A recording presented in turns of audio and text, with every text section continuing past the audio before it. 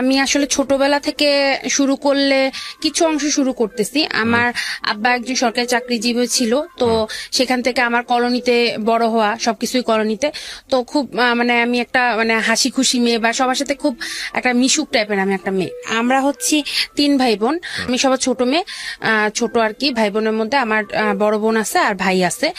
সেখান থেকে কলোনিতে ছোট থাকতেই একটা অন্যরকম পরিবেশে বড় হয়েছি, খুব খোলামেলা একটা পরিবেশ, এবং সবার সাথে মিশছি বা খুব আনন্দে সময়টা কাটাইছি, যেটা আজকালকার ছেলেমেয়েরা সেটা পায় না। সবাই তো ইউটিউব, ফেসবুক এগুলা, তো আমাদের সময়টা তো অন্যরকম একটা সময় ছিল। তো আমার জন্ম হচ্ছে 1992-তে।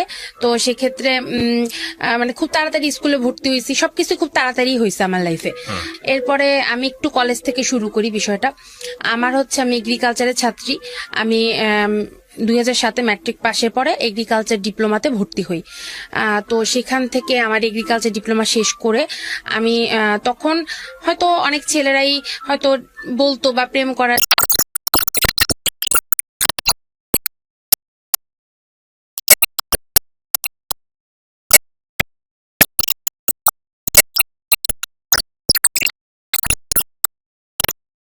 আমি খারাপ, আমার মতো খারাপ পৃথিবীতে নেই, হ্যাঁ এরকম। যাই হোক, তখন আব্বা একেবারে বিয়ে খোঁজা শুরু করলো, যে না বিয়েই দিতে হবে, মেয়ে খারাপ হয়ে গেছে আমাদের। যাই হোক, হঠাৎ কইরা এই ফার্স্ট আমার লাইফের প্রথম বিয়ের প্রস্তাব আসছে। প্রথম আমি তখন, আমার আব্বা আমাকে বলেও না, আমি বললাম না আমার পরীক্ষা ছিল, পরীক্ষা থেকে লাস্ট পরীক্ষা যেদিন, সেই দিন আমি বাসায় আসছি, আমাকে বলতেছে যে রেডি হইতে। আমি বলছি কেন? বলতেছে যে একটু দরকার আছে, আমার সাথে একটু একটা জায়গায় যাইতে হবে। আচ্ছা ঠিক আছে, ওকে ফাইন। আমি রেডি হইলাম, কারণ রেডি না হলে তারা অন্য কিছু মনে করবে যে মেয়ে কথা শুনতেছে না। আচ্ছা রেডি হইলাম, আমাকে একটা রেস্টুরেন্ট নিয়ে গেল, আমি জানিও না যে আমাকে দেখতে আসছে। তারপর ওইখানে নিয়ে গেল, ছেলেও আসলো, দেখলো, কথাবার্তা বললো, আব্বারই পরিচিত, আব্বার বন্ধু হয়, বন্ধুর ভাগিনা হয় সে। তো সে আসলো, আসার পরে সে প্রথমবার আমাকে মানে এক শুক্রবারে দেখলো, দেখার পরে তাদের অনেক পছন্দ হয়েছে, আমাকে বিয়ে করাবে। আমার তো মানে আমি জানতাম না যে এটা আমার বিয়ে হয়েই যাবে। আমি মনে করছি আচ্ছা ঠিক আছে, এরকম তো মানুষের লাইফে দেখতে আসে, জীবনে ফার্স্ট দেখতে আসছে, হয়তো টাকা টুকা দিবে, এটা দিয়া চাইনিজ খাবো, এরকম কিছু একটা চিন্তা করে আমি গেছিলাম। আচ্ছা ঠিক আছে। তারপর বাসায় আসলাম, আসার পরে বিয়ে ঠিক করতেছে, আমাকে কিছুই জানায় নাই, বলতেছে কাবিন। ভাইয়া বিশ্বাস করেন, তখন আমি মনে করতাম কি কাবিন মানে হচ্ছে অন্য কিছু, বিয়ে মানে হচ্ছে অন্য কিছু। কাবিনই যে বিয়ে এটা আমি বুঝতাম না, একেবারে সত্যি কথা, যে এটাই বিয়ে এটা বুঝতাম না। তো এরপরে তারা আমাকে বলতেছে কাবিন হবে, কাবিন হবে। আমি তো তাকে বলতেছি আমার যে যার সাথে আমার রিলেশন। তো এরপরে আব্বা কি করলো, হুট করে এসে আমার পায়ে ধরে ফেলছে। কি বলেন? হ্যাঁ, আমার পায়ে ধরে ফেলছে। আমি তো পুরো মানে অবাক, হ্যাঁ মানে এটা কি? বলতেছে মা তুই আমার কথা অমান্য করিস না। আমার আম্মা আবার স্ট্রোকের রোগী, আমার আম্মা কিন্তু স্ট্রোক করে প্যারালাইসিস হয়ে গেছিল তার কিছুদিন আগে। তো বলতেছে দেখ তোর আম্মা অসুস্থ, তুই আমাদের কথাটা মান। পরে আমি বলতেছি আব্বা আপনি পায়ে ধরতেছেন, মানে একটা মেয়ে ওই সময়টা মানে বুঝবে যে বাবা যদি পা ধরে জিনিসটা কেমন। তা আমি বলতেছি যে আব্বা আপনারা, আমি যাকে পছন্দ করি তার সাথে বিয়ে দিলে প্রবলেম কি? বলতেছে সেই ছেলে তো সামান্য একটা চাকরি করে, সে তোমাকে কতটুকু কি করবে? তখন আমি বলছি আব্বা আমি তো শিক্ষিত, আমি নিজেও তো চাকরি করে খেতে পারবো, দুজন মিলে তো কিছু একটা করা যাবে, আপনি এরকম করেন না, আমি যার সাথে পছন্দ করি তাকে বিয়েটা দেন। সে বলতেছে যে না, আমাদের নোয়াখালী ডিস্ট্রিক্ট অন্য ডিস্ট্রিক্টে যায় না, কই যাবে না যাবে, তোরে বেচা ফেলাবে, কি সব কথাবার্তা। তারপর আমাকে বলতেছে যে বিয়ে করার কথা, আমাকে মানে খুব বলতেছে। তা আমি তখন চিন্তা করলাম আমি কি করব, আমাকে তো বিয়ের জন্য এরকম প্রেশার করতেছে, তাহলে ফ্যামিলি, আমি এর মধ্যে আমার ভাইয়া বললাম না কথা বলে না 2-2.5 বছর। যাই হোক, তো ভাইয়া চিন্তা করলাম যে একটা মাত্র ভাই, হয়তো বিয়ে যদি আমি তাকে করি তাহলে মনে হয় আমার ভাইটাকেও হারাবো, হয়তো আমার সাথে জীবন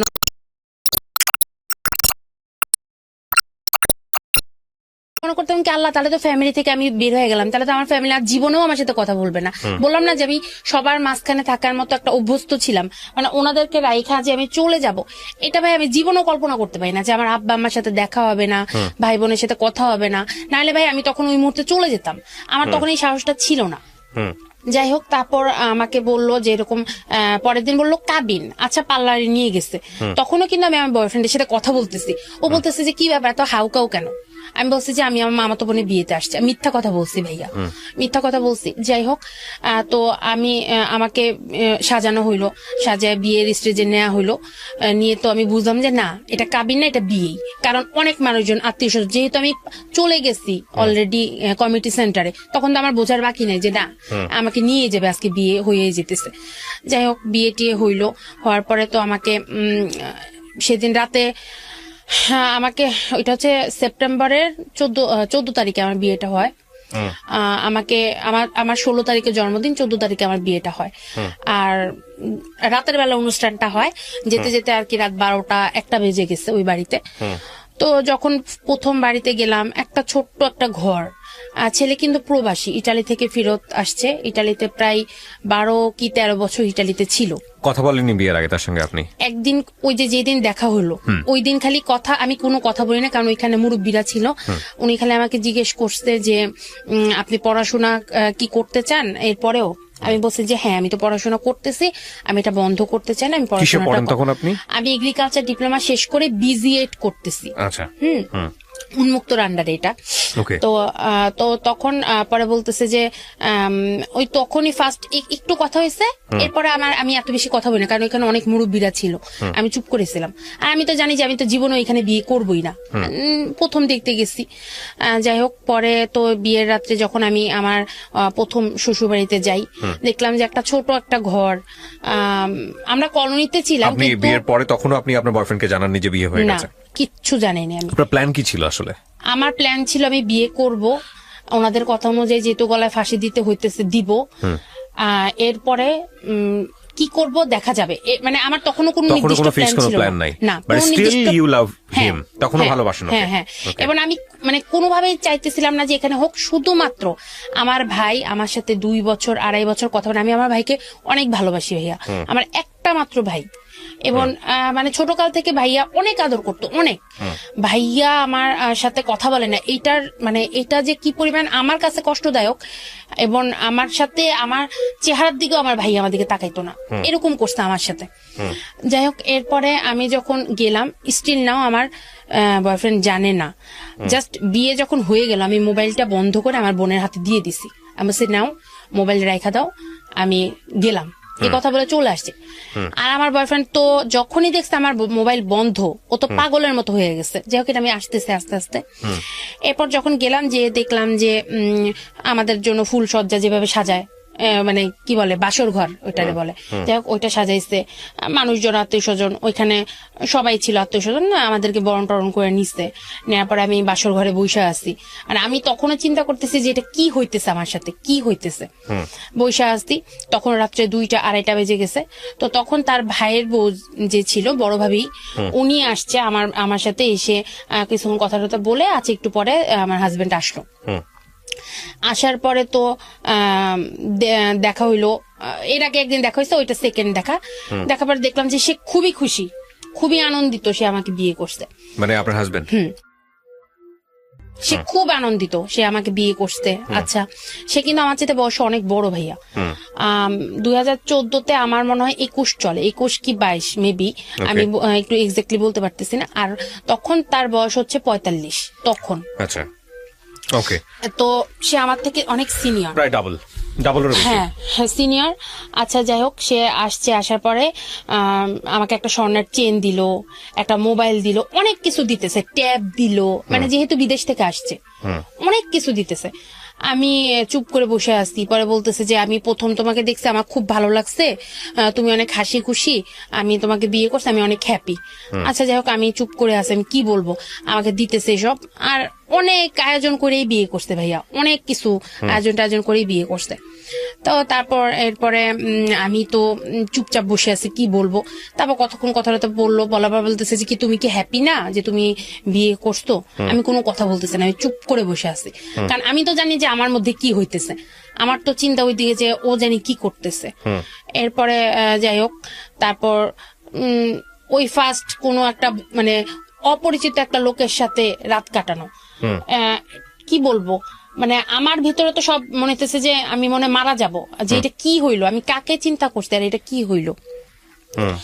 আচ্ছা ঠিক আছে। এর মধ্যে পরের দিন সকালবেলা যখন ঘুম থেকে উঠলাম, উঠার পরে তো আমি আমার বাসায় ফোন দিছি, আমার তখন মোবাইল নাই, যে সে নতুন মোবাইল দিছে তার মোবাইল থেকে আমি কল দিছি, আমার কাছে কোনো সিম নেই।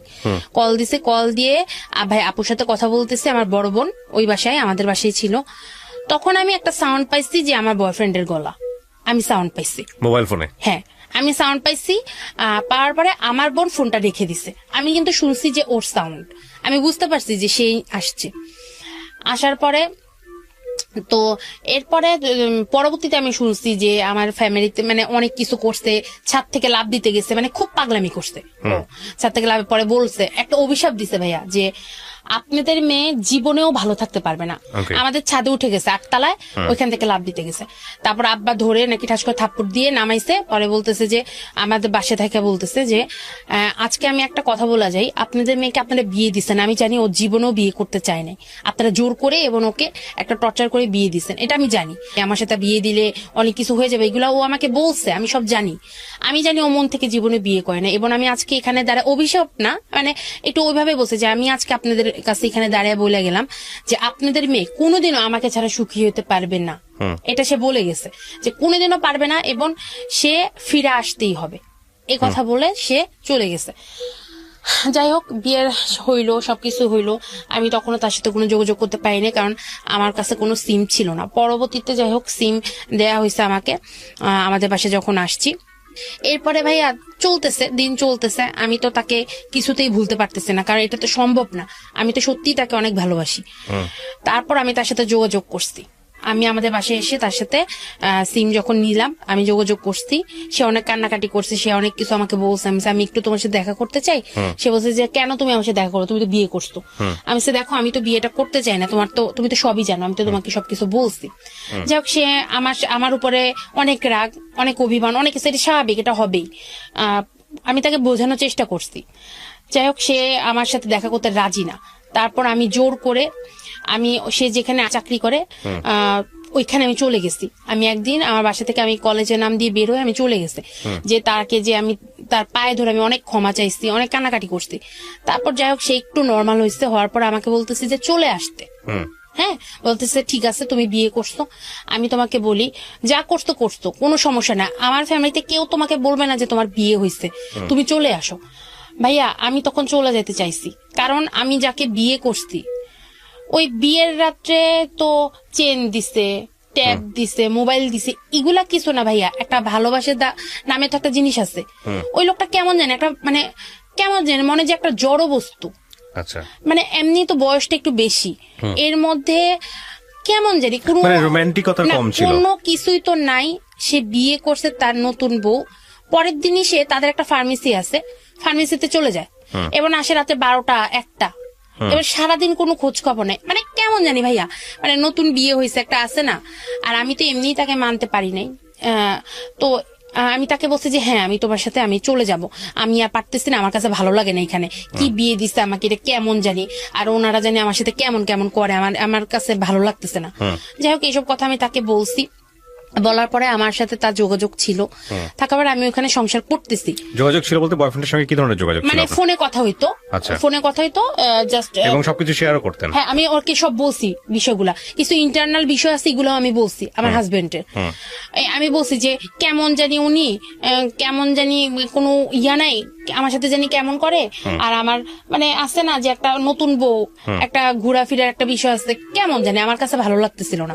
আচ্ছা, তো এইগুলো আমি তাকে সব বলতাম, বলতেছে যে তুমি আমাকে ছাড়া ভালো থাকতে পারবে না, তুমি চলে আসো, তুমি চলে আসো। আমি হ্যাঁ আমি তোমার সাথে চলে যাবো, যা হয়েছে হয়েছে, আমার ফ্যামিলি আমার সাথে এরকম করছে, আমার ভাইয়া এখন আমার সাথে কথা বলছে, তো আমি তোমার সাথে চলে যাবো, এসব কথা আমি তাকে বলছি।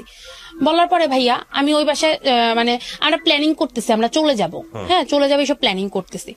তো এর মধ্যেই আমি দেখলাম যে তার ভাইয়ের বউ যেটা, সে আমার সাথে খুব একটা প্রথম খুব ভালো, এরপরে দেখলাম যে খুব খারাপ একটা ব্যবহার করতেছে। আমার মনে হয় ভাইয়া আমি জীবনে এত ঘুমাই না, ভাইয়া আমাকে মনে কিছু খাওয়াই দিত, আমি সারাদিন ঘুমাইতাম। এবং তাদের কিন্তু ফার্মেসির দোকান, হ্যাঁ তাদের ফার্মেসি বিজনেস অনেকদিন, ভাই আমি রাত দিন 24 ঘন্টাই ঘুমাইতাম। মানে শুইলেই ঘুম, কোনো কথা নেই, কাজ করতেছি কাজের মধ্যে ঘুম, এরকম অবস্থা আমার। মানে কেমন জানি আমাকে না আস্তে আস্তে আমি মনে হইতেছি কি আমি সিক হয়ে যেতেছি। হ্যাঁ, কোনো আমার মধ্যে কোনো চেতনা নাই, একটা মানে মনে যে আপনি আমাকে ফালায় রাখছেন ওইভাবেই আমি আসি। হ্যাঁ, এরকম অবস্থা। আমি তখন বুঝতাম না। এখন আমার ফ্যামিলি তো একে জানে যে আমাকে জোর করে বিয়েটা দেওয়া হয়েছে, তখন না আমার কোনো কথা কেউ বিশ্বাস করে না ভাইয়া। আমি যাই বলি মনে করে যে আরে ও তো চলে যাবে, এইসব কথা এর জন্য বলে। এর জন্য আমি ওনাদের সাথে শেয়ার করলে ওনারা আমার এক তো পাত্তা দিত না। তারপর এরকম হইতেছে তো এর মধ্যে কি হলো, আমার আম্মা অনেক আবার অসুস্থ হইলো। অসুস্থ হওয়ার পরে আমার বয়ফ্রেন্ড যে বললো যে ওর সাথে চলে যেতে, এর মধ্যে আম্মা অসুস্থ হওয়ার পরে আমার বোন আমাকে, ও মনে হয় কিছুটা বুঝতে পারছে, ও আমাকে বলতেছে যে দেখ যা হয়েছে, মানুষের লাইফে বিয়ে একবারই হয়। এখন সব লোক তো এক সমান না, তুই নিজেরে মানায় নে, তুই এখানে কন্টিনিউ কর। দেখ এখন দুইটা ফ্যামিলির সাথে, একটা ফ্যামিলির সাথে আরেকটা ফ্যামিলি, মানে দুইটা ফ্যামিলির সাথে এখন একটা সম্পর্ক হয়ে গেছে। এখন যদি তুই কোথাও কোনো একটা খারাপ কাজ করিস, সেটা কিন্তু আমাদের আব্বা আম্মার উপরে এসে পড়বে, বলবে যে এই মেয়ে এত খারাপ একটা মেয়ে বিয়ে করছে, আবার বিয়ে কইরা অন্য জায়গায় চলে গেছে, তখন কিন্তু তোর নামে, তুই যদি বিয়ের আগে যাইতে অন্য কথা, আর এখন তুই একজনের বউ, এখন তুই আরেকজনের বউ হয়ে যদি আরেকজনের সাথে চলে যাস, সেটা কিন্তু খুব খারাপ একটা ইফেক্ট হবে। এবং আম্মা কিন্তু এমনি অসুস্থ, আম্মা কিন্তু দেখা যাবে যে কিছু একটা হয়ে গেছে, তোর জন্য কিন্তু আমরা মারে হারাইতে পারবো না। পরে ভাইয়া যখন এইসব কথা বলছে, তখন আমি চিন্তা করলাম ঠিকই তো, এখন তো আসলে আমি আরেকজনের বউ। আর একটা কথা হচ্ছে যে এখন তো দুইটা ফ্যামিলির সাথে একটা সম্পর্ক হয়েছে, আমার আম্মার যদি কিছু হয়, আমি যদি যাই, তখন তো এরা এসে অনেক গালিগালাজ করবে, খারাপ কথা বলবে, আপনার বলবে যে আপনার মেয়ে খারাপ। এসে আমার আম্মা যদি মারা যায়, আমি তো আমার মারে তাহলে পাবো না। এইসব বললাম না ভাই, আমি অনেক ইমোশনাল, আমার ফ্যামিলির প্রতি আমি অনেক ইমোশনাল। যাই হোক, এটা চিন্তা করে আমি না আর যাই নাই। এই যে আমি যাই নাই, এটা নিয়ে আমার বয়ফ্রেন্ড আমার সাথে সব সম্পর্ক মানে শেষ। ওর তো দোষ নেই, ও চাইছিল নিতে। পরে চিন্তা করলাম যে ঠিক আছে, যেহেতু বিয়ে হয়ে গেছে, মানায়নি, এভাবেই থাকি, কিছু করার নেই।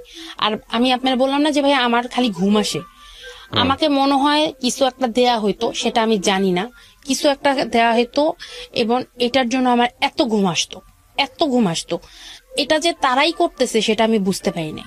আমার হাজবেন্ড ইটালি থেকে আসছে অনেক টাকা নিয়ে, অনেক টাকা নিয়ে আসছে। সে যে এরিয়াতে থাকে, সেই এরিয়াতে তার জমি আসছে, জমি কিনছে, নিজের জমি, মানে শুধু তার টাকা দিয়ে কিনছে। 3 ভাই, তারা 3 ভাইয়ের নামে, এবং সে আসছে বাড়ি করার জন্য। এটা আমি পরে শুনছি। এবং সে নিজের টাকায় পুরা 6 তলা একটা বাড়ি কমপ্লিট করবে, এটার জন্য সে চিন্তা করে আসছে। তো কয়েকদিন পরে সে বাড়ি কাজ ধরলো। বউ নিয়ে তার এত মাথা ব্যথা নাই, বউ আছে, ভাইয়ের বউর সাথে আছে, কোন রকম ভাইয়ের বউর সাথে একটা না একটা গ্যাঞ্জাম লাগতেছেই, কিছু না কিছু নিয়ে একটা সমস্যা হইতেছে। তো বাড়ি যখন করতেছে আমার তো এরকম খালি ঘুমের সমস্যা। তখন আমরা নতুন একটা বড় বাসায় উঠছি, তখন সে বাড়ির কাজ করতেছে। সে রাত্রে 2টা-3টা বাসায় আসতো, সে তার বউকে না ফোন দিবে যে দরজাটা খুলো, সে কল দিত তার ভাইয়ের বউকে, এবং তার ভাইয়ের বউ তার জন্য অপেক্ষা করতো রাতের বেলা, যেটা তার বউ করবে সেটা করতো সে।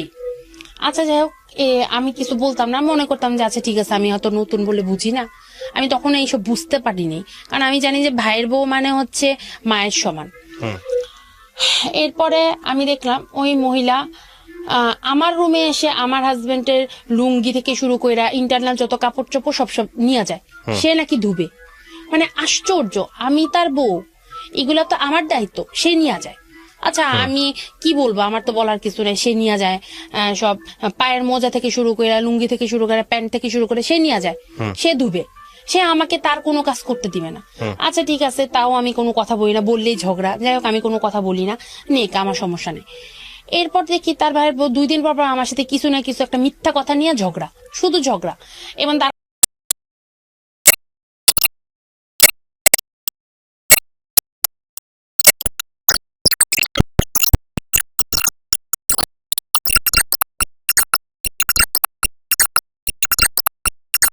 ভর্তি ছিল, এরকম অবস্থা। তারা তো তাদের মেয়ে বিয়ে হয়েছে, এটা ডিভোর্স হবে, এটা তো অকল্পনীয়, আরো বড় অকল্পনীয়।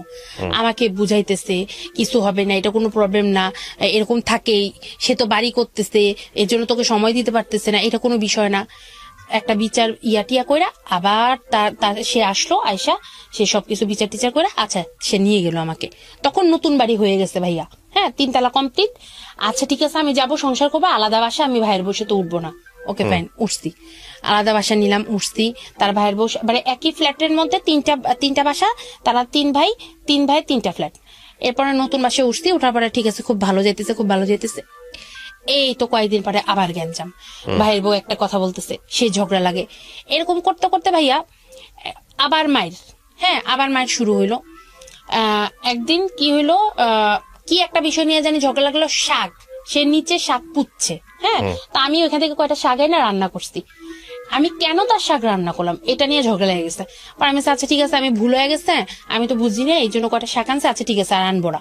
সে আমার হাজবেন্ডের সাথে বিচার দিচ্ছে আমি নাকি সব গাছ কাইটা ফেলছি। এবার আমার হাজবেন্ড এসে আবার আমার মারা শুরু করছে, মানে আমার কোনো কথাই সে শুনো না, সে তাদের কথা শুনে আমাকে গায়ে হাত দেয়। এবং ভাইয়া তখন আমার চোখে ঘুষি দিতেছে, ডান চোখে ঘুষি দিতেছে, বাম চোখে ঘুষি দিতেছে, এরকম অবস্থা। আচ্ছা, পরে আমি বললাম যে কি ব্যাপার, তুমি মারতেছো, তুমি আমার চোখে কেন হাত দাও? আমার চোখে, একটা মানুষের চোখে তো হাত দেওয়া ঠিক না। হ্যাঁ, এইসব নিয়ে ঝগড়াঝাটি, যাই হোক। এরপরে কয়েকদিন পরই একটার পর একটা গন্ডগোল, আবার মাইর। ভাইয়া সে এবার কি করছে, চোখে যে আমাকে মারছে, এবার ওই যে খাটের পাশে যে বড় বড় গোল গোল ইয়াগুলা থাকে না কাঠের, ওগুলার মধ্যে মাথার মধ্যে বাড়ি দিতেছে, মানে মাথার মধ্যে নিয়ে এভাবে বাড়ি দিতেছে মারের মধ্যে। এবার আমার চোখে ইচ্ছাকৃত ভাবে জোরে প্রেসার দিতেছে। আমি বুঝতেছি সে এটা ইচ্ছাকৃত ভাবে করতেছে। মানুষের আছে না যে না মারামারি করতেছি, ইচ্ছাকৃত ভাবে না, এমনি লাগে গেছে না, সে কিন্তু ইচ্ছাকৃত ভাবে আমাকে চোখে মারতেছে। তারপর আমাকে চোখে যে মারার পরে ভাইয়া আমি তখন দেখতেছি কি, মানে আমরা তো এখন সব দেখি, হ্যাঁ, চোখটা দিয়ে তো আমরা সব দেখি। তখন দেখি কি, আমি একটা অংশ দেখি। হ্যাঁ, তখনও কিন্তু আমি বুঝি না যে আমার ডান চোখটা নষ্ট হয়ে গেছে। হ্যাঁ, আমি গোসলখানায় গেছি, গোসল করতেছি, দেখি কি একটা সাইড আমি দেখতেছি কেমন জানি আফসা। পরে আমি বললাম যে কি ব্যাপার, আমার এরকম লাগে কেন? আচ্ছা ঠিক আছে, মনে হয় মাথাটাতে ঘুরায়। এরকম করে আমি ঘর থেকে মানে বাসায় আসছি, আসার পর আমি তারে বললাম যে তুমি যে সেদিন আমার চোখে আঘাত করছো, আমি কিন্তু হালকা কম দেখতেছি। বলে কি তুমি তো আগের থেকেই কানা। আমারে বলে, আমি আগের থেকে কানা হলে আমি কিভাবে পড়াশোনা করছি, কিভাবে কি করছি, কিসের কানা আমি? তো এটা আমি আমার ফ্যামিলিকে ফোন দিছি, তাদেরকে বলছি। ও সে যে আমাকে মায়েরা আবার আমার আব্বা আম্মারে ফোন দিয়ে সে সুন্দরভাবে মিথ্যা কথা বলে, আপনাদের মেয়ে সারাদিন ঝগড়া করে। আমার আব্বা আম্মা তো তার জামাইয়ের জন্য পাগল, জামাই যা বলে তাই সত্যি, মেয়ে সব মিথ্যা কথা বলে, মেয়ের কোনো কথাই সত্য না, মেয়ের কথা শুনলেই সমস্যা। আচ্ছা, তো এরকম করতেছি তো আমি দেখলাম কি আসলে কিনা আমি চোখে কম দেখতেছি। এরপরে রোজার মধ্যে, সেদিনই রোজা যেদিন ছিল ওই দিন আমাদের বাসায় সবার দাওয়াত ছিল রোজার। তো না সরি, আমাদের বাসায় না, মেজো ভাবির বাসায় আমাদের সবার দাওয়াত ছিল রোজার। তো আমি বলতেছি যে ওই বড় ভাবির সাথে আমি কথা বলি না, আমি উনি তো যাবে আমি যাব না, উনি যাবে আমি যাব না, আপনারা উনাদেরকে খাওয়ান, আমি যাব না, আপনার ভাই যাবে। তো সেই আসার পরে বলতেছে যে পাশের বাসায় দাওয়াত দিছে, যাবা না? আমি যাবো না, তুমি যাও, যেহেতু বড় ভাবি আছে, এখানে গেলে একটা ঝগড়া হবে, দরকার নেই, আমি তো খারাপ, আমি একলা থাকি, তুমি যাও। সে যায় নাই, সে আইসা আমার সাথে ঝগড়া লাগিয়ে দিছে, তোমার জন্য আমি সবার কাছ থেকে কথা শুনি, কোনো কথা নেই, বার্তা নেই। আচ্ছা, আমি আবার কি করলাম? আমি ঝগড়া হবে বিধায় তো আমি গেলাম না। এটা নিয়ে কথা কাটাকাটি করে সে ইফতার টিফতার না করে চলে গেছে দোকানে। আচ্ছা, রাতের বেলা তো আমি আবার চিলাচিলি করতেছি, আমি এই মহিলার জন্য আমার সংসারে অশান্তি, বিয়ের পর থেকে অশান্তি শুরু হয়েছে। আমি তো সবই জানি, আমি খালি মুখ খুলি না বইলা যে এই মহিলা যে আমার হাজবেন্ডের সাথে কি করে আমি কিন্তু সবই জানি, আমি মুখ খুলি না। তারপরও এইসব অশান্তি আর ভালো লাগে না, এইসব কথা বলতেছি, সে আইসা ঝগড়া লেগে গেছে, তার ভাইয়ের বউ আইসা ঝগড়া লাগিয়ে গেছে। ঝগড়া লাগিয়ে রাতের বেলা, রাত্রে 11টা সাড়ে 11টার সময় আসছে, সে আমার হাজবেন্ডের কাছে কি সুন্দর করে আমার নামে মিথ্যা কথা বলতেছে। আমার হাজবেন্ড তো আমার কথা কোনো কিছুই শুনে না, সে তার কথাই শুই নাই। আমি বলছি কি যে এই তুমি এত রাত্রে ওই বাসায় ঢুকছো কেন, বাসায় আসো, এই কথা বলে আমি তার হাত ধরছি। সে আমারে বলতেছে তোর মতো ডিপ্লোমা ইঞ্জিনিয়ার আমার জুতা মোছারও যোগ্যতা নেই, তোরে তো আমি বিয়ে করছি, তোরে তো আমি বিয়ে করে আনছি, আমার জুতা মোছারও তো তোর যোগ্যতা নেই। আমি ও আচ্ছা তাই, তো আমি তো তোমার জোর করে বিয়ে করি নাই, তুমি তো পাগল হয়ে আমার বিয়ে করছো, কেন করছো আমার বিয়ে? আমার মেজাজ খারাপ তো অবশ্যই হবে, এত অশান্তির মধ্যে যেহেতু থাকি। আমিও কথা কাটাকাটি করতেছি, সে আয়সা চুলের মুঠি ধইরা ওই বাসার থেকে টানতে টানতে আমাকে আমাদের বাসায় আনছে, আইনা দরজাটা আটকাইয়া ভাইয়া আমাকে যে মাটিতে ফালাইছে, একেবারে যে একটা হিরঞ্চি যেমন মারে না, আমরা যে রাস্তার ঘাটে যেমন হিরঞ্চি ধরলে যে মারে, ইচ্ছা মতো বুকের মধ্যে লাথি যারে বলে সেটা তো আছে, এবং ঘুষি, এলো পাথারি চোখে ঘুষি। চোখে ঘুষে, আমি তো কিছুই দেখতেছি না। মায়ের কারে বলে, এবং রোজা ভাইয়া, তখন 15 রোজা ছিল আমার মনে আছে। সেদিন 15, তার মামি সেদিন মারা গেছিল। ইচ্ছা মতো আমাকে মনে হয় 1 ঘন্টার মতো মারতে। আমার তো চিৎকারে সবাই এসে দরজা ধাক্কাইতেছে, সে খুলে না, সে আমাকে ইচ্ছা মতো মারতেছে। তার ভাইয়ের বউ যা বলছে সেটাই রাইট, আমি মিথ্যা কথা বলছি। মারার পরে আমি তো, তারপর সে দরজা খুলে দিচ্ছে, তার ভাইরা আসছে আমাকে গালিগালাজ করতেছে। তার যে মেজো ভাই, সে না এরকম লুঙ্গিরে গোজ দেয়, আমাদের দেশে বলে যে গোজ, এরকম গোজ দিয়ে সে আমার পিটাতে আসছে এই অবস্থায়। হ্যাঁ, আমি কোনো কথা বলতেছি, আমি তো কাঁদতেছি, এবং আমার চোখ দিয়া সমানে পানি পড়তেছে, আর চোখ ফুইলা এরকম এরকম মানে কালো হয়ে এরকম ফুইলা গেছে ডান চোখটা। এরপরে তো আমি তো কিছু দেখি না, আমি হাতায় হাতায় রুমে আসছি। ওই যে আমার যে ভাইয়ের বউ, উনি আইসা, মেজো ভাইয়ের বউ, উনি আইসা আমাকে রুমে দিছে, পানি দিছে। আমার চোখ তো এরকম পানি পড়তেছে, আমি কিচ্ছু দেখি না। এবার আমি সত্যি কিছু দেখতেছি না, ডান চোখে যে আমি তখন থেকেও দেখি না, আগে তো মানে দেখতে পারতাম না, এবার আমি মানে বুঝতেছি যে আমি দেখি না। এবার বাম চোখ দিয়ে সমানে পানি পড়তেছে। তো আমি বললাম যে আমি বলতেছি, ও আমাকে পানি টানি দিছে, দেওয়ার পরে আমি মানে ওনারা বলতেছে, ভাবি আমি মনে চোখে দেখি না, ভাবি আমার মনে চোখ নষ্ট হয়ে যেতেছে, ভাবি আমাকে একটু ধরেন। আচ্ছা, উনি আমার রুমের মধ্যে রাখলো, পানি টানি দিল রোজার মধ্যে, তারপর বরফ দিলাম চোখের মধ্যে, চোখ তো ফুইলা কালো।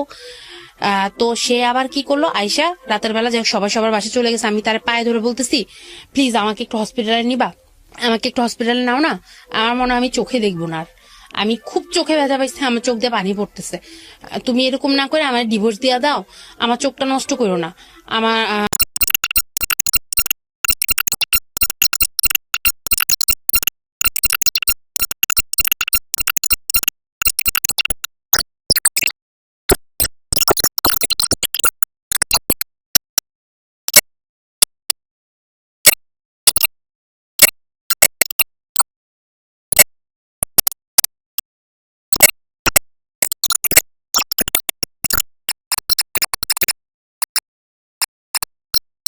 পরে প্রত্যেকটা মানুষটা বলছে যে হ্যাঁ চোখ নষ্ট হয়ে গেছে, আমার আব্বা আমার বলছে ঠিক হবে না, আর যে চোখ আছে একটা ওষুধ দিছে, এটাতেই ঠিক হয়ে যাবে। এরপরে আমার ফ্যামিলিকে বলছে, বলার পরে আমার ফ্যামিলিকে আমি বলতেছি যে অপারেশন কথা বলছি, সে ধমক দেয়, কোনো কথা বলে নাই। তারপর ইন্ডিয়া থেকে আসার পরে বুঝতে পারছি যে সে হয়তো আমার সাথে সংসার করবে না, কারণ আমার চোখটা সে নষ্ট করে দিছে। আর সে ইন্ডিয়া থেকে আসার পর থেকে আমার সাথে খারাপ ব্যবহার করতেছে, একটা পর একটা করতেছে, আবার মারামারি করতেছে, আবার চোখের মধ্যে হাত দিতেছে। এরকম করতে করতে ফেব্রুয়ারির 3 তারিখে অনেক মারামারি হয়, আবার অনেক বড় মারামারি হয়, ঘরের মধ্যে পুলিশ চলে আসছে, আমার মাথা ফাটায়, মাথা দিয়ে রক্ত বাইর করে ফেলছে। তারপর বাসায় পুলিশ চলে আসছে, আসার পরে আমার পুলিশ কেস করবে, আমার নামে নাকি কেস করবে। যখন আমি পুলিশটা আমি বলছি যে আপনি তো আমার ভাই, আপনার হাতটা আমাকে দেন, এই দেখেন আমার মাথা, আমি ওনার হাত দিয়ে মাথা ধরেছে, দেখতেছে যে উনি মাথা ফুলে এরকম রক্ত পড়তেছে, যে দেখেন আমি তারে মারছি না, সে আমারে মারছে। সে বলছে যে আমি নাকি তারে মারছি, গলার মধ্যে গামছা পেঁচায়। একটা পুরুষটা নাকি একটা মহিলা মানুষ মারতে পারে, এটা কিভাবে সম্ভব? এইসব কথা বলে পুলিশ নিয়ে আসছে। তারপর পুলিশ যখন দেখছে যে না, এখানে নারী নির্যাতন কেস হবে, পুলিশ তো তাদের এলাকার, তারা বলছে যে না, ঠান্ডা করতে। এরপরে তার আমার ফ্যামিলি তাকে ওইখানেই বলছে যে না, এখানে ইয়ে হবে না। আমি আমার ফ্যামিলিতে সেই দিন কান্নাকাটি করে অনেক কিছু বলছে যে এই লোক আমার সাথে এই করছে। তারপর 2 তারিখে 2017 সালের ফেব্রুয়ারি 2 তারিখে আমরা একটা মানে মামলা করতে চাই, আমার ফ্যামিলি মামলা করবে না, মামলা হইলে থাকবে না, সংসার থাকবে না। আমি তো চিৎকার চেঁচামেচি দিয়া ওনাদেরকে পাঠানোর পরে একটা সাধারণ ডায়েরি করে, তারা মামলা নেয় না ভাইয়া, কারণ ওই এরিয়াটা তাদের আন্ডারে, হ্যাঁ তারা তো অনেক বড় লোক, তাদের আন্ডারে ওই এরিয়াটা। পরে একটা সাধারণ ডায়েরি করি ওইখানে, ওই ডায়েরির কাগজ এখনো আমি সাথে নিয়ে আসছি। ডায়েরি করার পর, সাধারণ ডায়েরি করার পরে পুলিশ তাকে বলে যে এইভাবে করতে না, মানে যাতে এখন আমাকে ঠান্ডা করে, নাহলে এখানে নারী নির্যাতন কেস হয়ে যাবে, তারা ফাঁসবে। এরপরে সুন্দর করে এরকম চলতেছে তারা কি করছে, আমাকে কি করছে, ফেব্রুয়ারির 20 তারিখে এরকম সবকিছু নিউট্রাল টিউট্রাল কইরা 20 তারিখে আমাকে আমার বাসায় বসে তার বন্ধুর তার বন্ধুর বিয়ে, এই কথা বলা সে আমাকে আমার বাসায় পাঠাইছে, পাঠার পরে সে নাকি বিয়েতে যায়। তারপর আমি কিছুই জানি না, এক কাপড়ে চলে আসছি ভাইয়া, কোনো কিছু আনি নাই, একটা বোরকা পরে চলে আসছি। 21 তারিখে সে আমাকে ডিভোর্স দিছে একতরফা। 21 তারিখে ডিভোর্স দিছে, দেওয়ার পরে আমার কাছে ডিভোর্সের কাগজ আসছে 27 তারিখে। তারপর আমি তাকে ফোন দিই। আপনাকে সে ডিভোর্স দিয়েছেন? আপনি দিয়েছেন? সে দিছে ইন্টারেস্টিং। হ্যাঁ, ওকে, সেই আমাকে ডিভোর্স দিছে, আমি ডিভোর্স দেই নাই। তারপর একতরফা ডিভোর্স দেওয়ার পরে আমি তাকে ফোন দিলাম যে কিসের ডিভোর্স, কিসের কি, সবই তো মিউচুয়াল হলো, তুমি আমাকে ডিভোর্স দিলা কেন? পরে বলতেছে তোমার সাথে আমার সংসার করা সম্ভব না। হ্যাঁ, আমার সাথে সবাই সেকেন্ড ক্লাস অফিসার চাকরি করে ভাই, আমি করতে পারি না, আমি একলা হাঁটতে পারি না ভাই, আমার দৈরা দৈরা নিয়ে আসে। আপনার বাবাকে জিজ্ঞেস করেন নাই যে আমার এই জীবনটার জন্য তুমি দায়ী কিনা? আপনার কথা যদি সত্য হয়ে থাকে সে বলছে কি বলে? আমার আব্বা আমার দোষ দেয়, আমি নাকি ঝগড়া করছি, আমি নাকি চোপা করছি, আমি কি কারণে করছি, আমি কিভাবে বুঝাবো ভাইয়া, আমি কিভাবে বুঝাবো? হাজবেন্ড ওয়াইফের যে সম্পর্ক, এই সম্পর্ক তো তার ভাইয়ের বউর সাথে, আমার সাথে না, আমি কিভাবে বুঝাবো এইসব আচ্ছা, কথা? এখানে একটা কথা আমি আপনাকে বলি। প্রথম কথা হচ্ছে যে দেখেন, আপনি একতরফা ভাবে যেভাবে ওনাকে নিয়ে বললেন, যেহেতু আমরা নাম পরিচয় সমস্ত কিছু এখানে গোপন রেখেছি এবং আপনার ভয়েসটা আমরা চেঞ্জ করে দিয়েছি যাতে করে ওনার পরিচয় কোনোভাবে রিভিল না হয়, যেহেতু আমাদের এই অনুষ্ঠানের সীমাবদ্ধতা আছে। কারণ আমাদের বিষয়টা কিন্তু তার দিকে আঙুল তোলা না। আপনার গল্প থেকে আমরা কি শিখলাম? বিষয়টা একতরফা। তাকে যদি এখানে বসানো হতো, সেও আপনার বিরুদ্ধে ভাবে হাজারটা অভিযোগ করতে। এটা আপনি মানেন? জি জি, অবশ্যই। এবং আপনিও যদি আপনার ভুলগুলো এখানে বলা শুরু করেন, আপনি দেদারসে অনেকগুলো ভুল বলতে পারবেন। প্রথম ভুলটা আমি আপনাকে বলি, সেটা হচ্ছে যেই সংসার আপনার ভালোই লাগেনি তাকে, ধরেন আপনি যে কত বছরের সংসার তার সঙ্গে আপনার? 2014 থেকে 2017, 2014 থেকে 17, এক বছরের এই 3 মতো। বছরের মধ্যে, হ্যাঁ। এই 3 বছর সংসার করার পরে আপনি যে গল্পটা এখানে বলতে এসেছেন 1 ঘন্টার, সেখানে আপনি একটা বাক্য তাকে নিয়ে ভালো বলেননি। আমি কি হ্যাঁ। ঠিক বলেছি? হ্যাঁ, একটা বাক্য তাকে নিয়ে আপনি ভালো বলেননি, তার মানে এই মানুষটার কি কোনো কিছুই আপনার ভালো লাগেনি? 3 না বছর ভাইয়া, কিছুই ভালো নাই। শুরু থেকে ভালো লাগেনি। তার পেছনে দুটো কারণ। প্রথম কারণ হচ্ছে হলো আপনি একটা ফল ইন ছিলেন। দ্বিতীয় কারণ হচ্ছে হলো আপনার অনিচ্ছায় বিয়েটা হয়েছে। সেটা আপনার ফল ইন না থাকলেও হয়তো ভালো লাগার অনেক কিছু হতো। আচ্ছা, এবং এটা একটা জিনিস যে সে আপনাকে বিয়ে করে অনেক খুশি ছিল, সেটা আপনি প্রথমেই বলছিলেন। জি। আচ্ছা, এখন আপনি যে কজগুলো তাকে নিয়ে দেখালেন, সেই কজগুলোর মধ্যে অনেকগুলো কজ হয়তো তার মতো করে সত্য, হয়তো অনেক মিথ্যা, অথবা আপনি যেটা বলেছেন সেটা সত্য। কিন্তু আমি যে জিনিসটাকে দেখছি সেটা হলো যে এই সম্পর্কের জায়গাটা এরকম আপস অ্যান্ড ডাউন হয়ে এইরকম একটা জায়গায় আসতো, সেটা যদি আপনি, যেহেতু প্রাপ্তবয়স্ক ছিলেন, আপনি যদি আগে থেকেই কিছুটা হলেও বুঝতেন, তাহলে বাবার ওই ব্ল্যাকমেইলিং, পায়ে ধরাটা বা পরিবার আপনাকে জোর করাটা, এটা আপনার তখনই প্রোটেস্ট করাটা উচিত ছিল। এবং যদি উচিত হতো, ওই কাজটা করতেন, তাহলে হয়তো আপনার এই জিনিসটাতে যেতে হতো না। আচ্ছা, আপনি সেটা করেননি, আমি ধরে নিলাম যে আপনার বাবা আপনাকে বাধ্য করলো, ব্ল্যাকমেইলিং করলো, ইমোশনালি আপনি বিয়েটা করলেন, সেটাও আমি মেনে নিলাম। সেকেন্ড স্টেজে যখন আপনার গায়ে র্যান্ডমলি হাত তুলছে, যখন আপনিও গায়ে হাত তুলছেন এবং আপনি বুঝতে পারছেন যে এটা ফিউচার নাই, তখন আপনি ওখান থেকে চলে আসেননি। আমি কি কথা ঠিক বলেছি? জি। আচ্ছা, সেটাও আমি ধরে নিলাম, আচ্ছা ঠিক আছে, সব সংসারই কম বেশি এগুলা হয়, আপনি মেনে নিয়ে আপনি মনে করছেন ফিউচারটা ভালোর দিকে যাবে। এবার আসেন আপনার চোখের বিষয়ে আমি যদি বলি, চোখটা আপনার অন্ধ হয়ে গেল, বা যেটা হলো আপনি যদি সত্যি বলে বা সবই মিথ্যা। আপনি যা বলেছেন এখানে, তার যদি আপনার ভুলের দিকে আমি যদি তাকাই, তাহলে আমি দেখবো 3টা স্টেজে ভুল। প্রথম কথা হচ্ছে বাবার ওই প্রস্তাবে রাজি হওয়াটাই আপনার উচিত হয়নি। দ্বিতীয়ত হচ্ছে আপনি বিয়ের পর আপনার যখন গায়ে হাত তোলার পর্যায়ে চলে গেছে, তখনও ডিসিশন নেওয়ার ব্যাপার ছিল। তৃতীয় হলো যখন আপনার চোখটাকে শেষ করে দিল, যদি আপনার কথা সত্য হয়ে থাকে, তখন আপনি ডিসিশন নিতে পারতেন। আপনি ডিসিশন নিলেন না এবং শেষ পর্যন্ত ডিসিশন নিল সে। রাইট? হ্যাঁ। আচ্ছা, ডিসিশন সে নিল এবং এবারে হচ্ছে হলো আপনার অ্যাকসেপ্টেন্সের পালা, আপনার হচ্ছে ফাইট করার পালা। আপনি মামলা করেছেন কতগুলা? মামলা আমি মোট পারিবারিক আদালত সহ 4টা মামলা করেছেন। ও কটা করেছে? একটাও না। ও একটাও করে নাই। ও 4টা মামলা করেছেন এবং আদালত ওখানে তার যে রায় দিয়েছে বা তার যে বিষয়গুলো হয়েছে, খারিজ হয়ে গেছে বা চলমান আছে, হ্যাঁ। কিছু একটা তো হয়েছে। হ্যাঁ, হ্যাঁ। তাকে একবারের জন্য অ্যারেস্ট করেনি, ওয়ারেন্ট না, বের হয়েছিল, ওয়ারেন্ট বের হয়েছে, কিছুই করে নাই, করতে পারে নাই না, বা করেও নাই, এটাও হতে পারে।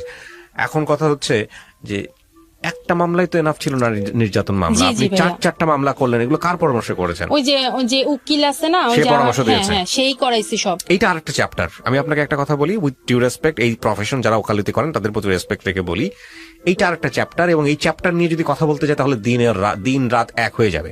বিশেষ করে উকিলরা, আমি সব উকিলকে বলছি না, কিছু কিছু উকিল, হয়তো অনেক উকিলই আছেন যারা একটা মক্কেলকে, আমি আজ পর্যন্ত বলি, আমার এই জীবন গল্প অনুষ্ঠানে বা আমি আগে যে রেডিওতে অনুষ্ঠান করেছি, সেখানে এসে আজ পর্যন্ত তার গল্পে কেউ একজন বলে নাই যে অমুক উকিল সে অনেক ভালো মানুষ ছিল। আমার মনে পড়ে না, আমার জ্ঞান তো এরকম 1-2টা ঘটনা আমি হয়তো পেয়েছি, সেটা অনেকটা সিনেমাটিক মনে হয়েছে আমার কাছে। এছাড়া আমি পাই নাই যে উকিল তার সাথে খারাপ ব্যবহার করে নাই বা উকিল তার সাথে ইনজাস্টিস করে নাই। ডেফিনেটলি আপনার উকিলের একটা দায়িত্ব ছিল মামলার ডেট কবে পড়েছে, হাজিরার ডেট কবে পড়েছে, এগুলো জানা। তবে এটা আসলে উকিলেরই কোনো কাজ না। প্রথম কথা হচ্ছে, আমি যদি বলি এটা আসলে লয়ার, হ্যাঁ ঠিক আছে, লয়ার চাইলে আপনি, কিন্তু এটা আপনি নিজে থেকেই জানতে পারতেন। এটা আপনি নিজে থেকেই মামলার গতি প্রকৃতি কোথায় যাচ্ছে, যেহেতু আপনি 4টা মামলা করেছেন, আপনি একটা মামলায় যদি আপনার এরকম বের হয়ে যায়, তাহলে আপনি ওই উকিলটা চেঞ্জ করলেন না কেন? ভাইয়া উকিলটা চেঞ্জ করে আমরা বুঝি নেই যে তখন সে না, না, আপনি যেগুলো 4টা মামলা করলেন। সেই তো করাইছে। না, আমি বলি সে করার সমস্যা নাই, একটা মামলার সবগুলো 4টার রায় তো একসঙ্গে হয় নাই। না, 4টা মানে একই সাথে করছে। একই সাথে করলেও 4টা তো 4টা টাইম করছে, তো একটা রেজাল্ট আপনি বুঝতে পারছিলেন। একটা রেজাল্ট যখন বুঝতে পারলেন, যখন বললেন যে ওকে দিয়ে হবে না, তখন ওর কাছ থেকে আপনি নিয়ে নিতেন, নিয়ে অন্য কাউকে দায়িত্ব দিতেন। তখন সে আমাদেরকে ডেট মানে প্রথম 2-3টা ডেটে নিচ্ছে, এরপরে যখন ওয়ারেন্টটা বের হইলো, হ্যাঁ, এরপরে যখন ডেটগুলো পরে সে বলতেছে আজকে না আরো 3 মাস পরে, এরকম করে সে যে এরকম করতেছে আমরা বুঝতেছিলাম না যে কি ব্যাপার, এরকম করতেছে কেন। পরে বুঝলাম যে একটা পর্যায়ে যায় যে না, সেই সবকিছু নষ্ট করে দিল এবং বলতেছে যে মামলা খারিজ হয়ে গেছে। আমি তো যাই নাই, মামলা খারিজ হবে এর জন্যই তো হইছে, যাই নাই যে এর জন্য, আর আমি তো জানতামই না। সেটা বড় কথা নয়, বড় কথা হচ্ছে যে এট দ্য এন্ডে গিয়ে আসলে কি হলো, সবকিছু মিলায় জিরো, কিছুই না, এখন পর্যন্ত কোন কেসের কিছুই পাইলাম না। আপনার বাবার সম্মান, আপনার বাবার নোয়াখালী প্রীতি, সেগুলো ঠিক আছে এখন? হ্যাঁ, সেটা ঠিক নাই। এখন আমার ভাই অন্য ডিস্ট্রিক্টে বিয়ে করে বসে আছে। আপনার ভাই অন্য ডিস্ট্রিক্টে? আমি সম্মান রেখে বলি, কারণ আমি অ্যাজ এ বিলিভার হিসেবে একটা কথা বলি, মানে বাবা মায়ের অনুমতি খুব জরুরি সন্তানকে বিয়ে দেওয়ার ক্ষেত্রে, কিন্তু এটা অবশ্যই মাথায় রাখতে হবে সন্তানের অনুমতি ছাড়া আমাদের ধর্মেও এটা বাধ্য করে নাই। হ্যাঁ, আপনার বাবা মা নিশ্চয়ই এখানে ভুল করেছেন খামখেয়ালিপনা করে। ওই ছেলের সাথে বিয়ে না দিতে পারতো, তারা অন্য কোনো পক্ষ দেখতো, আরো সময় নিত, স্পেস দিত, সেটাই তো। কিন্তু সেটা না করে সে যে কাজটা করেছে চরম একটা ভুল ছিল। তো আপনার এই গল্পটা আমি প্রচার করলাম দুটো অ্যাঙ্গেল থেকে। একটা হচ্ছে যে এই গল্পে শেখার অনেক কিছু আছে। আমি নিশ্চয়ই মনে করি না এক হাতে তালি বাজে সংসার জীবনে, নিশ্চয়ই আপনার অনেক বড় বড় ভুল ছিল, যেটা যদি ওর বড় বড় ভুলের কথা আপনি এখানে বলে থাকেন, আর আপনি যদি ওর কথাগুলো আগাগোড়া সত্যও হয়ে থাকে আপনি যা বলেছেন এখানে, তাহলে আমি বলবো যে আপনি নিজের প্রতি অনেক বড় বড় ভুল করেছেন। একটা মানুষ যদি আপনার তো সত্য হয়ে থাকে যে একটা মানুষ আগাগোড়া খারাপ, তাহলে এই আগাগোড়া খারাপটাকে সমর্থন করে যাওয়া স্টেপ বাই স্টেপ, সেটা নিশ্চয়ই আরো বড় ধরনের খারাপই, তাই না? তো সেই জায়গাটা থেকে আমি মনে করি যে এটা একটা অনেক বড় লার্নিং। অনেক সময় দেখবেন যে অনেক গুরুত্বপূর্ণ কথা আমাদের বন্ধু বান্ধবরা বলে ফেলে। সেদিন আমার এক বন্ধু আমাকে বলতেছিল যে জীবনে যদি কারো ক্ষেত্রে একসাথে বসবাস করতেই হয় এবং তুমি যদি বুঝতে পারো যে এটা আসলে বেশি দিন যাবে না, তাহলে খুব সুন্দর করে ঠান্ডা মাথায় ডিসিশন নেওয়াটা খুব জরুরি। যদিও সেখানে মায়ার কিছু অবশিষ্ট থাকে, তবুও সিদ্ধান্ত নেওয়াটা জরুরি। আপনি যদি রিলিজিয়াসলি চিন্তা করেন, তাহলে এটা আমাদের ধর্মে অনেক বেশি পারমিট করে যে হ্যাঁ চাইলে তুমি ডিভোর্স দিতে পারো, এবং খুব চমৎকার কিছু সাইন্টিফিক ওয়েতে মানে সিস্টেম আছে। কিন্তু কথা হচ্ছে এটা আল্লাহ খুবই অপছন্দ করেন, তারপরেও তিনি অনুমতি দিয়ে রেখেছেন। হ্যাঁ, তো সেই জায়গাটা থেকে আমরা যেন আমাদের জীবনটাকে ধ্বংস না করে ফেলি, জীবনটাকে শেষ করে না ফেলি। কারণ দুজন মানুষের একসঙ্গে থাকা, সেখানে বেটার আন্ডারস্ট্যান্ডিং খুবই প্রয়োজন, দুটো মানুষকে বোঝাটা খুব প্রয়োজন। আমি আসলে আপনাদেরকে কথা বলছি মানে যে আমি একজন জ্ঞানী বা খুব ভালো জানি এ বিষয়ে, একদম খুব বড় স্কলার ঠিক তা না। আমি আসলে শুনে সেটাই বলছি, এবং এগুলো কম বেশি সবার জীবনে সত্য, ইনক্লুডিং মি। তো সেই জায়গাটা থেকে আমাদের মনে হয় যখন আসলে আমরা থাকতে পারবো না, তখন এই গেমটা নিয়ে আসলে এই চুল টানাটানি না করে একটা স্পেস নিয়ে সিদ্ধান্ত নেওয়া উচিত, এবং স্পেস নেওয়াটা খুব জরুরি। কারণ জীবনটা তো একটাই, এবং সেই জীবনকে ধ্বংস করার জন্য সেকেন্ডারি এলিমেন্ট যদি জীবনটাকে ধ্বংস করে দেয়, সেটার জন্য তো নিজের কাছে তো পরাজয়, এবং আমার তো মনে হয় যে এটা বাস্তবিক জীবনেই এটার জবাবদিহিতার জায়গা অনেক। আপনি বর্তমানে বিয়ে করেছেন একটা? জি ভাইয়া। এখন এই ছেলেটা সমস্ত কিছু জেনে আপনাকে বিয়ে করেছে? জি। এটা কি আপনার নিজের পছন্দ ছিল না পরিবারের পছন্দ? নিজের পছন্দ। এটা নিজের পছন্দ। আপনি হ্যাপি আছেন একে নিয়ে? জি ভাই, আলহামদুলিল্লাহ। সে আমার সবকিছু জানার পরে আমাকে বিয়ে করার জন্য ঢাকায় আসছে, এবং তার কিন্তু মানে সে আহামরি যে কিছু একটা তা না ভাইয়া, সে আমার জন্য উবার চালাইতেছে।